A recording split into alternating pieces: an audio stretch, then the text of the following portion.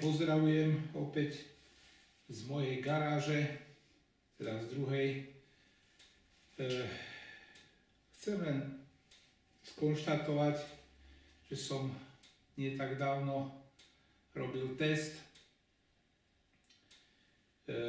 na tom svojom čude, čiže som sa dočkal, že môj kamarát, dobrý kamarát, mi pomohol vyviesť, ako aj uvidíte potom neskôršie, akým spôsobom transportujem to čudo. Keby som mal zhodnotiť ten test, pre všetkým cítiť po navýšení uhlu, väčšení uhlu nábehu na vrchnom rotore, že tá vztlaková sila je silnejšia, nielen preto, že sa víri tráva na okolí, ale samozrejme pri tej detailnejšom priblížení vidieť, že tá lížina, hlavne tá pravá, má snahu nejakým spôsobom sa odľahčiť. Určite najbližšie testy, voľnobežky, samozrejme tiež koaxiálneho prevodu zistia, či nedošlo opäť, hlavne čo sa tak týka voľnobežky, tomu pretočeniu, čo by zase svedčilo, že tá sila, ten krútiaci moment opäť nebol naplno využitý. Musím trošku dať za pravdu, že chvenie, aspoň v určitých momentoch, rotora bolo väčšie, lebo predsa ten rotor má vyšší uhol nábehu, ten vrchný.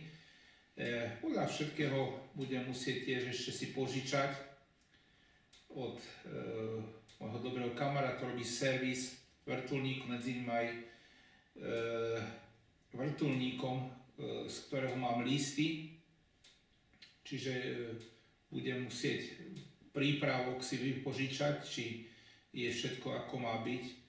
Čiže toľko to asi z toho testu, čiže tá vztlaková sila je evidentne väčšia, čiže ten spodný rotor nejde už na prázdno, viac využitý.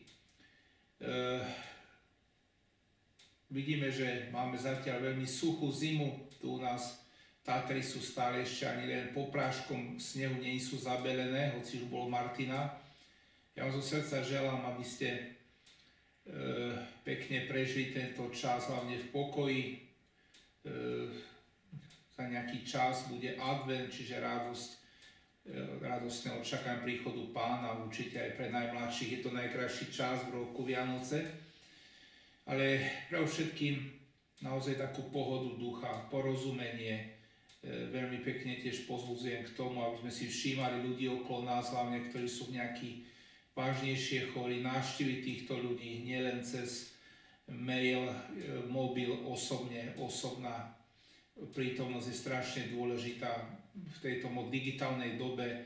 Možno, že komunikujem s každým, ale ľudia cítia samotu, ale tá fyzická prítomnosť je stále dôležitá, aktuálna. Čiže toľko to z mojej strany, lúčim sa z garáže, nech sa vám darí všetko najlepšie.